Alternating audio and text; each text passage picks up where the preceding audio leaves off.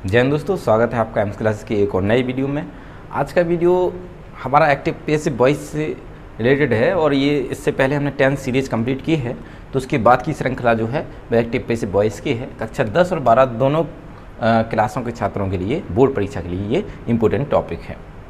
तो आज हम कोशिश करेंगे कि एक्टिव वॉइस क्या है और पैसिव वॉइस क्या है, इनके बनाने के रूल्स क्या है, एक्टिव से पैसिव में चेंज करने के क्या रूल्स हैं, उसको हम बारी बारी से पढ़ेंगे। तो टॉपिक हमारा एक्टिव पैसिव वॉइस हो गया है। सबसे पहले हम देखते हैं एक्टिव वॉइस होते क्या हैं, इसको एक एग्जांपल के थ्रू और इसकी परिभाषा क्या हो सकती है उसको करते हैं। देखिए, इसको बोलते हैं कर्तवाच्य।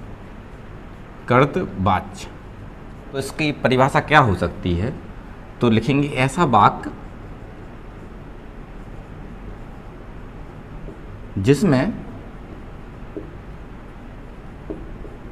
क्रिया द्वारा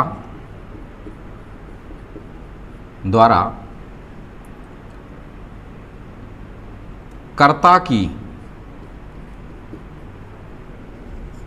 प्रधानता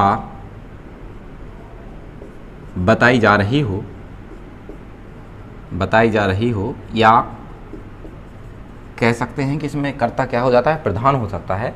और ऐसा लगता है कि कर्ता काम कर रहा है, ऐसा लगता है कि कर्ता स्वयं कार्य कर रहा हो, कर्ता स्वयं कार्य कर रहा हो, इस चीज़ का ध्यान रखना है। ठीक है, अब चलिए इसका एक एग्जाम्पल देख लेते हैं जिससे बात पूरी स्पष्ट हो जाएगी हमारी। तो एग्जाम्पल का इसका ले लेंगे, एक सिंपल सा वाक्य ले लीजिए, क्योंकि कोई भी सेंटेंस जो है वो लगभग क्या रहता है, एक्टिव वॉइस में रहता है। जहाँ कर्ता की प्रधानता हुई वो एक्टिव वॉइस है। जैसे हम यहाँ पे कर लेते हैं, राम रीड्स द बुक्स। अब देखिए इस वाक्य में आप देख लीजिए, प्रधान क्या हो गया है, राम। किताब कौन पढ़ता है, राम पढ़ता है, तो इसलिए कर्ता अगर प्रधान हो गया है तो वाक्य है आपका कर्तवाच्य यानी active voice. Same passive voice में देख लेते हैं। पहले देखते हैं इसको हिंदी में क्या बोलते हैं। इसको हिंदी में बोलते हैं कर्मवाच्य।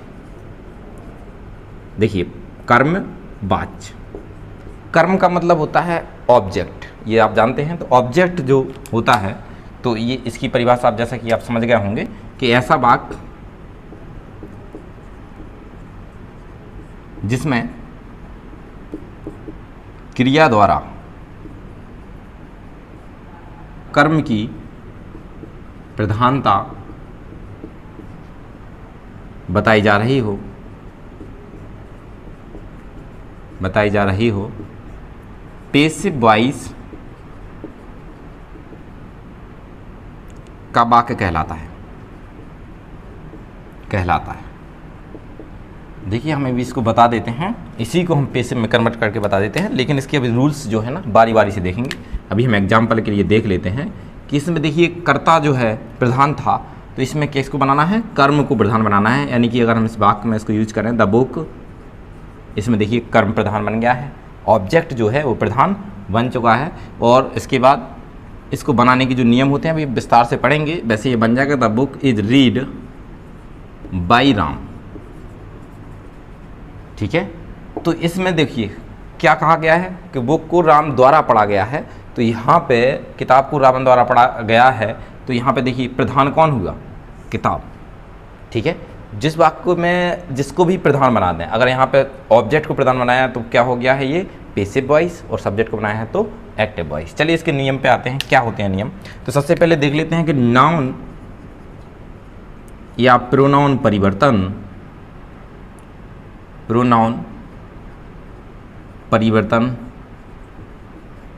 ये देख लेते हैं। हम 2 कॉलम बना लेते हैं, एक में लिख लेते हैं यहाँ पे एक्टिव वॉइस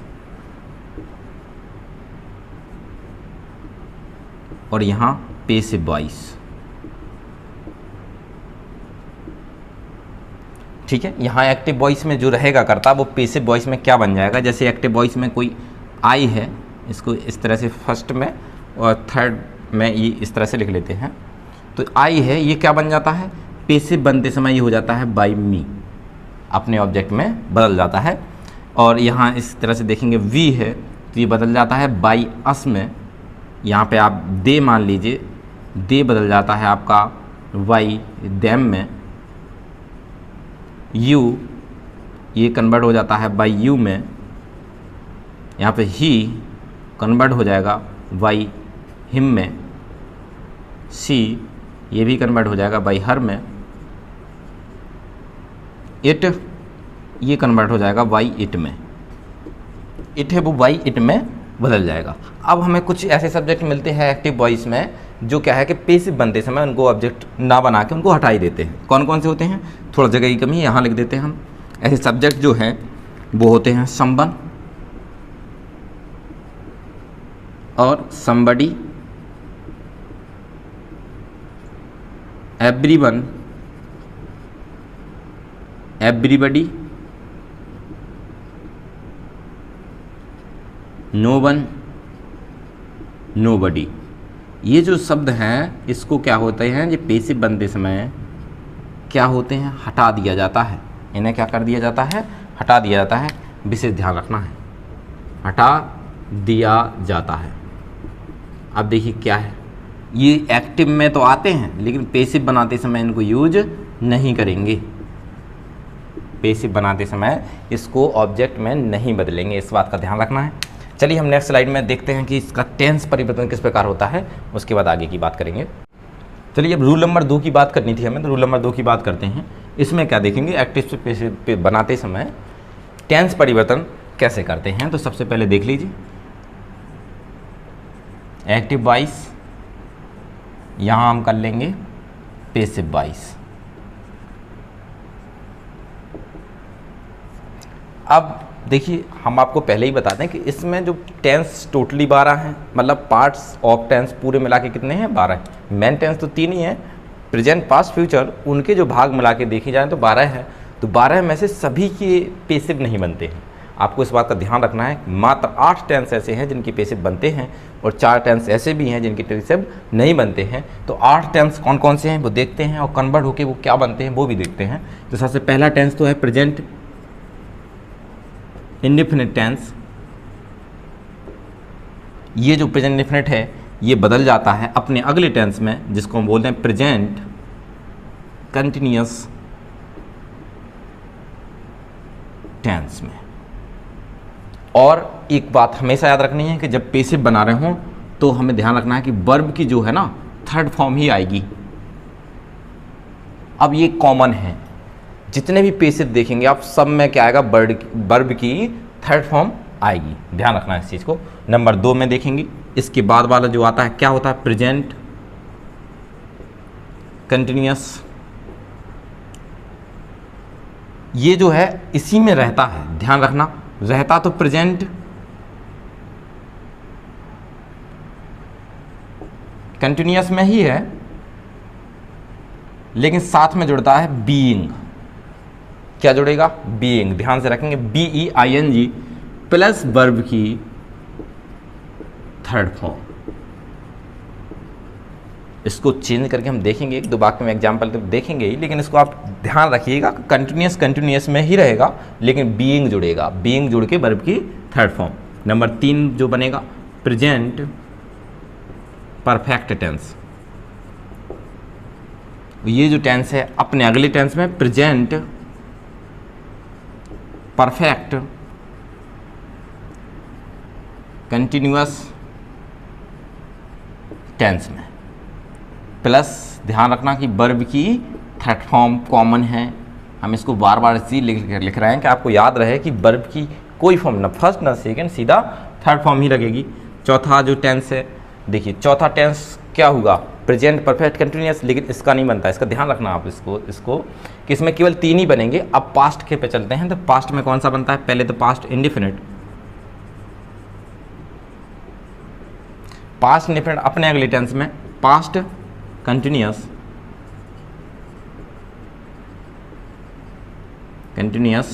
टेंस में, और साथ में ध्यान रखना है कि वर्ब की थर्ड फॉर्म। इसको आपको एकदम सूत्र बना के चलना है कि क्रिया की थर्ड फॉर्म ही आना चाहिए। नंबर 5 में रह जाएगा पास्ट कंटिन्यूअस, जो कि आपको बता चुके हैं कि कंटिन्यूअस अगर आ गया है चाहे प्रेजेंट हो पास्ट उसी में रहेगा, लेकिन पास्ट कंटिन्यूअस में ही रहेगा, प्लस में जुड़ेगा बीइंग। प्रेजेंट वाले के साथ भी यही था, इसके साथ भी यही है, तो वर्ब की थर्ड फॉर्म रहेगी। किसी में भी हो।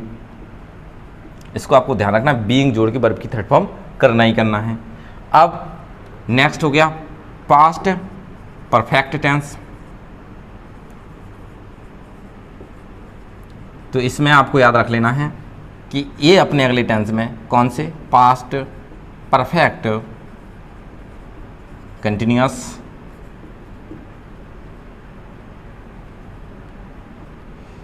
टेंस में ये अपने अगले टेंस से बदल जाएगा और वर्ब की थर्ड फॉर्म, ठीक है, लग जाएगी। इसके बाद देखिए पास्ट परफेक्ट कंटिन्यूअस टेंस एक फिर से ऐसा टेंस है जिसका पेसिव नहीं बनाया जाता है, नहीं बनता है। तो अब हम बात कर लेंगे सातवें पे कौन सा बनता है, तो वो बनता है फ्यूचर इंडेफिनिट का।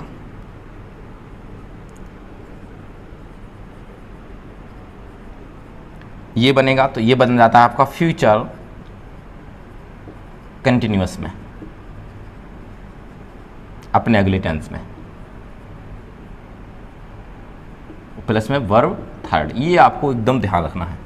ये जो लास्ट बचा है वो बनता है फ्यूचर परफेक्ट टेंस का। इसका ध्यान रखिए, कंटिन्यूअस नहीं बनता है, फ्यूचर कंटिन्यूअस नहीं बनता, इसका याद रखना है आपको। तो क्या बनेगा, फ्यूचर परफेक्ट टेंस का।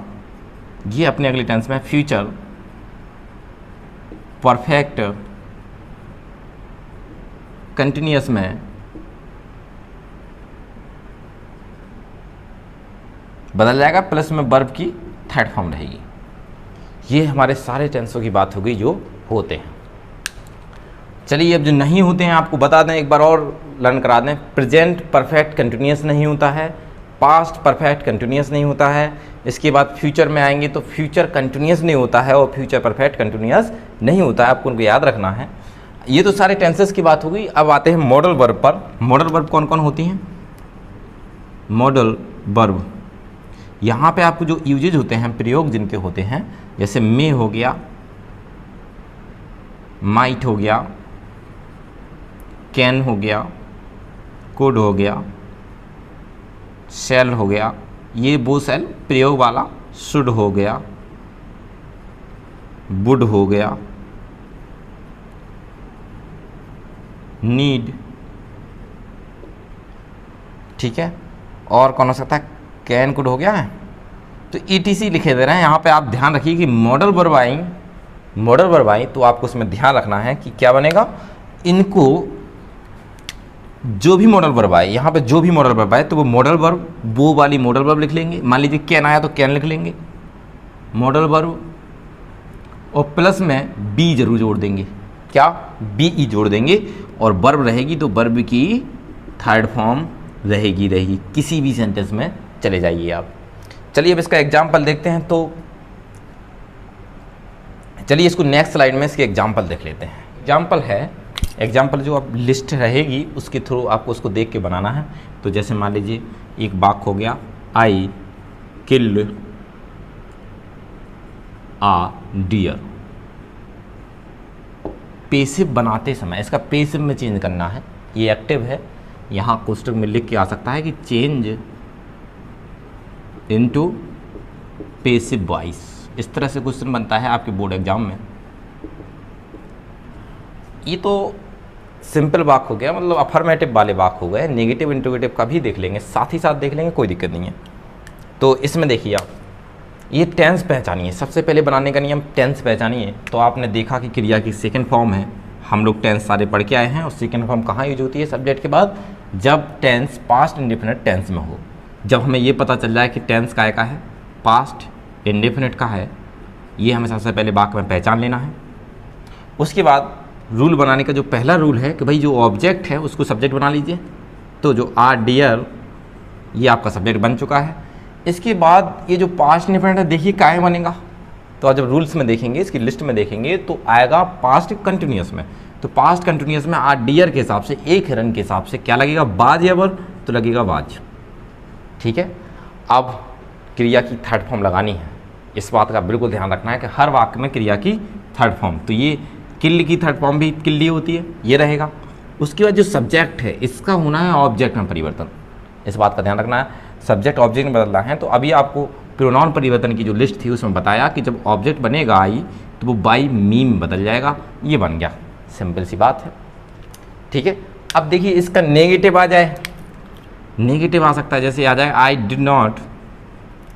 देखिए नेगेटिव सेंटेंस में आपको पता है कि डिड यूज होता है, तो किल्ड ना होके क्या रहेगा, किल रहेगा आ डियर।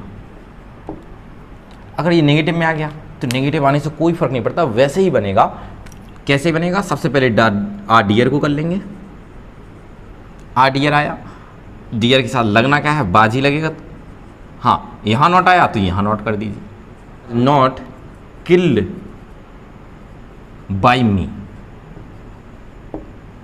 बन गया, नेगेटिव का बन गया है। चलिए इसको इंट्रोगेटिव में इसी वाक्य को बना के देख लें, या कोई और वाक्य ले लें।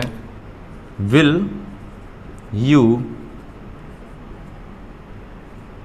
Teach the English. देखिए ये टेंस का हो गया आपका, इंट्रोगेटिव का हो गया। आपको समझ में आ रहा होगा कि विल लगा है। देखिए इंट्रोगेटिव में कुछ नियम है जो हमें लिखाने पड़ेंगे, अभी आप सिंपल सा समझ लीजिए।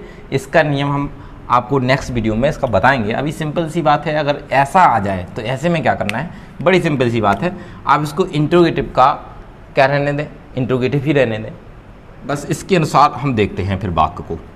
तो द इंग्लिश यहीं लिख लेते हैं पहले हम, द इंग्लिश। ये जो इंट्रोगेटिव में विल आया है, तो क्या इंग्लिश के हिसाब से भी विल आएगा, तो ज़रूर आएगा। आपको पता ही होगा कि आई वी होगा तभी से लगना, नहीं तो विल लगना है। तो यहाँ पे भी विल आ गया है। आपको यहाँ पे भी टेंस पहचानने की जरूरत है। काय का टेंस है, विल लगा है, क्रिया की फर्स्ट फॉर्म लगी है, तो आप जानते हैं फ्यूचर इंडेफिनिट का टेंस है। अच्छा फ्यूचर इंडेफिनिट का टेंस है तो हम इसको बदलना काय में है, फ्यूचर कंटिन्यूअस में बदलना है। तो विल और इसके साथ में क्या लगेगा, बी को हम सब्जेक्ट के बाद रख देंगे, और टीच की आपकी थर्ड फॉर्म आ जाएगी टॉट, TAUGHT। बाई आपको यहाँ यू कर देना है। देखिए यू का यू होता है, आपको बताया था अभी लिस्ट में। तो इस तरह से इंट्रोगेटिव भी बन गया है। तो आप तीनों तरीके के इस तरह से टेंस बना सकते हैं। तो आप इसी तरह से एक वीडियो में इनको सिंपल, नेगेटिव और इंट्रोगेटिव तीनों तरीके के पे जो है आप सॉल्व कर सकते हैं, पैसिव में चेंज कर सकते हैं एक्टिव वॉइस को। तो आप इसका ध्यान रखिए। चलिए अब बेसिक की बात हो गई है, अगर आप चाहें तो एक आध दो उदाहरण और देख लेते हैं। जैसे मान लीजिए, हाँ मॉडल वर्ब का एक उदाहरण देख लेते हैं, थोड़ा इसका ठीक रहेगा। आई कैन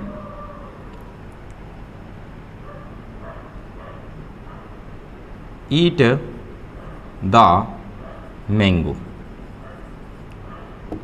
ये हो गया आपका मॉडल वर्ब का। ओके, तो सबसे पहले किसको लाना है आपको पता है, पहले तो मॉडल वर्ब समझ गए ना, कैन आया मतलब मॉडल वर्ब।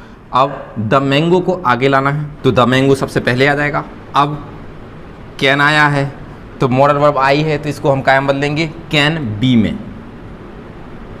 कैन बी हो गया है क्योंकि मॉडल वर्ब प्लस बी क्रिया की थर्ड फॉर्म में ईटन बाय मी।